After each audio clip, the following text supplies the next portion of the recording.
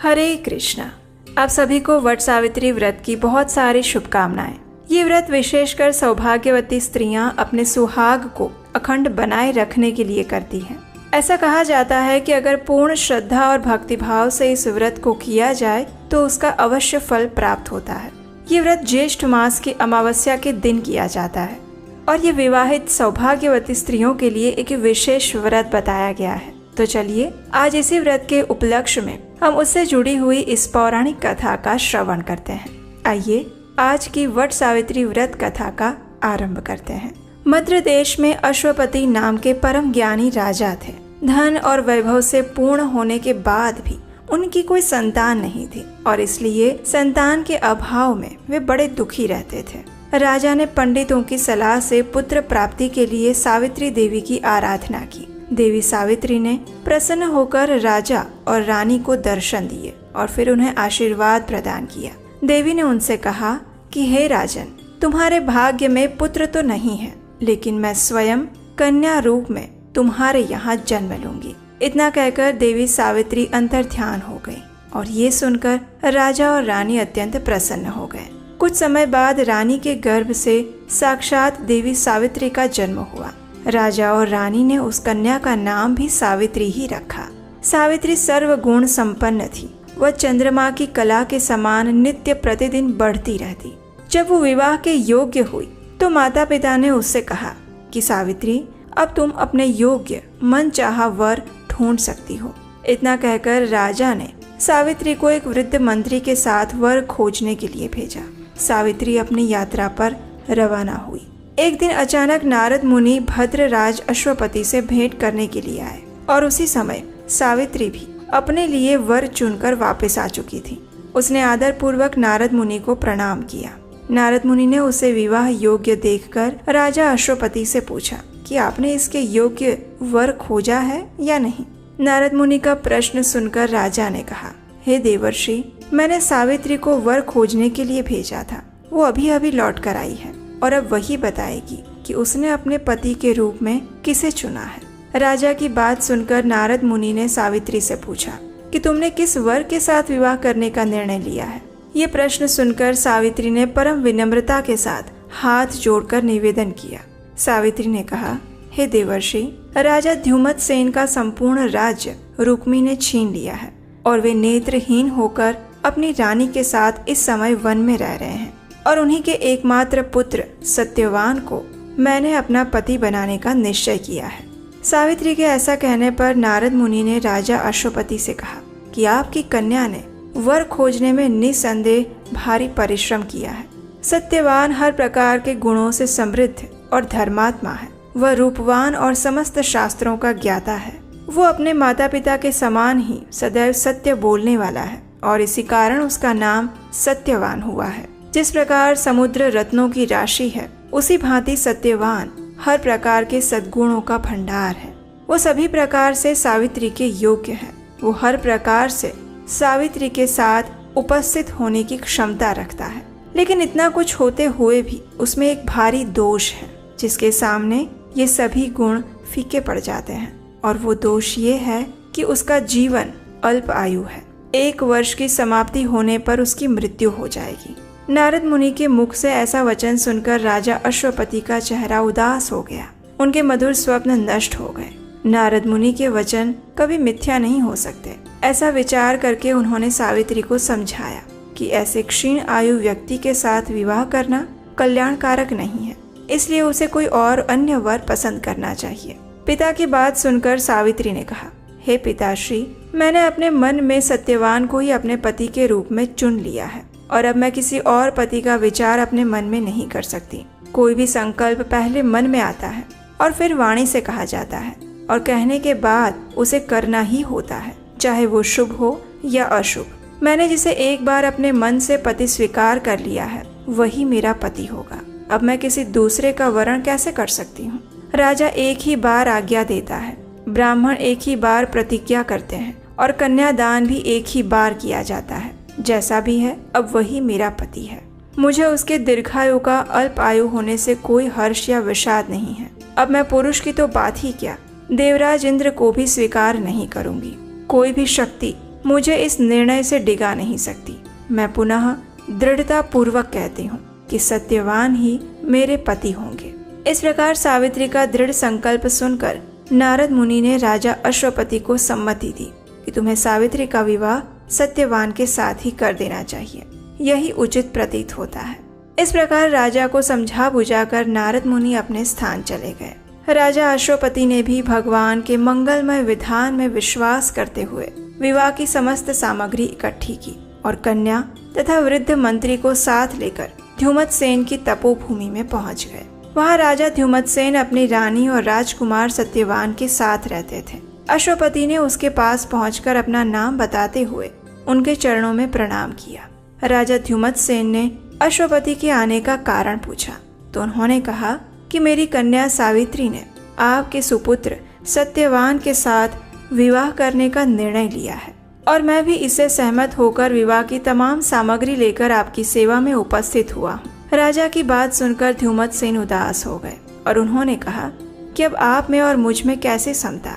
आप तो राज्य आसीन राजा और मैं राज्य भ्रष्ट रंक। इस पर भी हम दोनों नेत्रहीन और निर्धन हैं और वन में रह रहे हैं। आपकी कन्या ने वन के भारी कष्टों को नहीं जाना है और इसीलिए उसने ऐसा विचार किया है। महाराज, आप अपने निर्णय पर पुनः विचार कर लीजिए।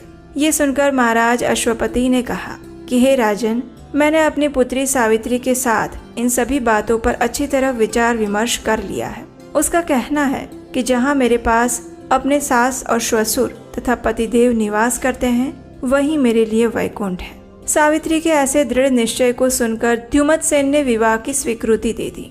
शास्त्र सम्मत रीति से सत्यवान और सावित्री का विवाह हुआ और राजा अश्वपति अपनी राजधानी वापस लौट आए। सावित्री मन चाहे पति सत्यवान को पाकर सुखपूर्वक वन में उनके साथ रहने लगी और उनकी सेवा करने लगी। नारद मुनि के वचन हर समय सावित्री के कानों में गूंजते रहते थे। वो एक एक दिन गिन रही थी। उसने जब देखा कि पति की मृत्यु का दिन निकट आया है तो 3 दिन पहले से ही उसने उपवास करना आरंभ कर दिया।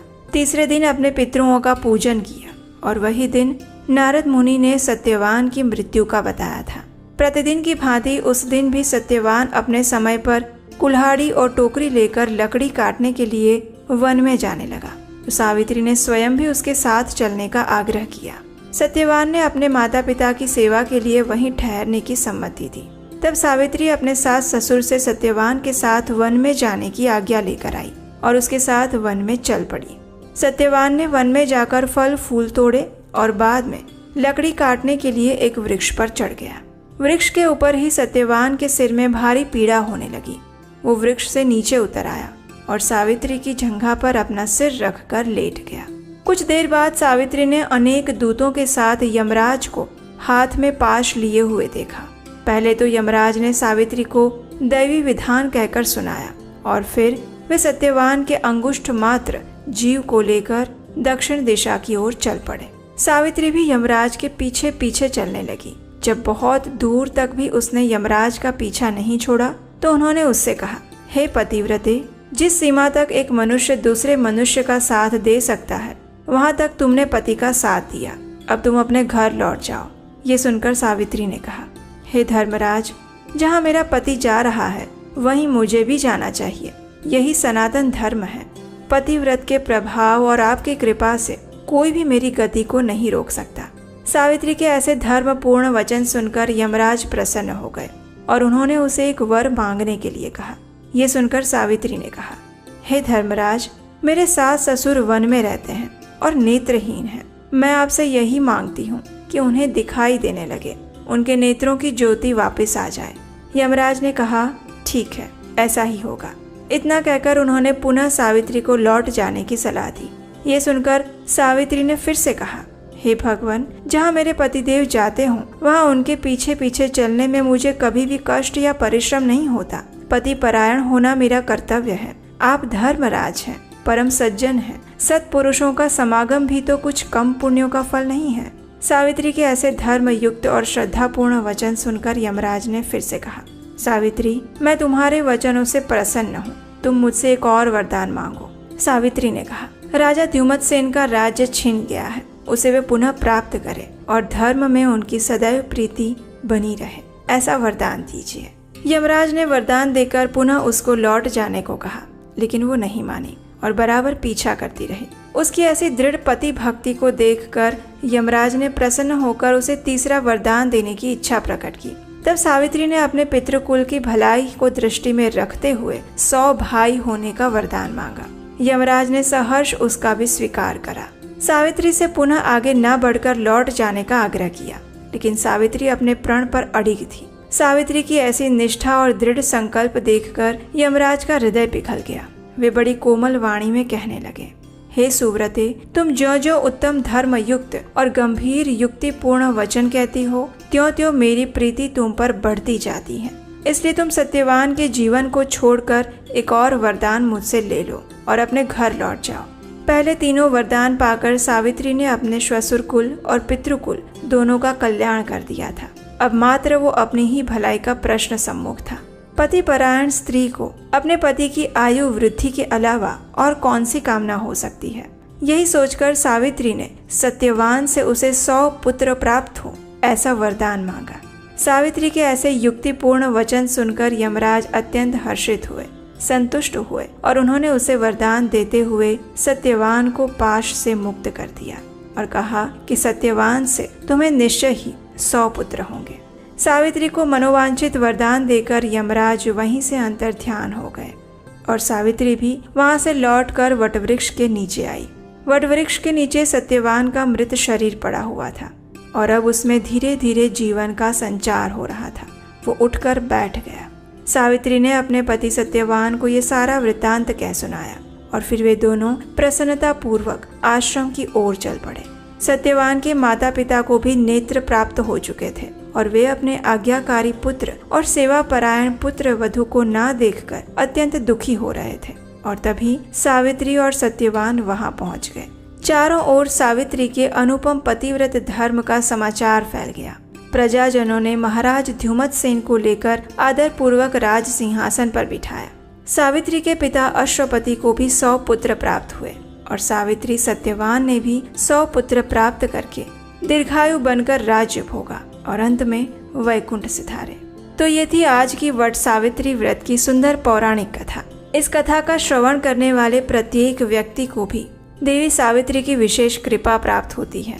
उनके घर में कभी भी अकाल मृत्यु का भय नहीं रहता और यमराज का दंड नहीं आता, ऐसा हमारे शास्त्रों का मत है। अगर आज की कथा आपको अच्छी लगी है तो इसे लाइक कीजिए, शेयर कीजिए और आपके अपने चैनल को सब्सक्राइब कीजिए। हमारे चैनल उपदेशाष्टकम पर हम ऐसी ही धर्मपूर्ण और हमारे प्राचीन वैदिक ग्रंथों से यथारूप ली गई कथाएं और जानकारियां दी जाती हैं। अगर इस सनातन धर्म की शिक्षा को आगे बढ़ाने के इस अभियान में आप हमारा सहयोग देना चाहते हैं तो स्क्रीन पर दिए गए नंबर पर अपना आर्थिक सहयोग भेज सकते हैं। आपका योगदान इस धर्मपूर्ण शिक्षा को संपूर्ण विश्व में प्रसारित करने में सहायता करेगा। नीचे डिस्क्रिप्शन बॉक्स में हमारे व्हाट्सएप कम्युनिटी ग्रुप का भी लिंक दिया गया है, उस ग्रुप को भी आप ज्वाइन कर सकते हैं। और अगर पहली बार इस चैनल पर आए हैं तो इस चैनल को अवश्य सब्सक्राइब करके जाइएगा। हरे कृष्णा।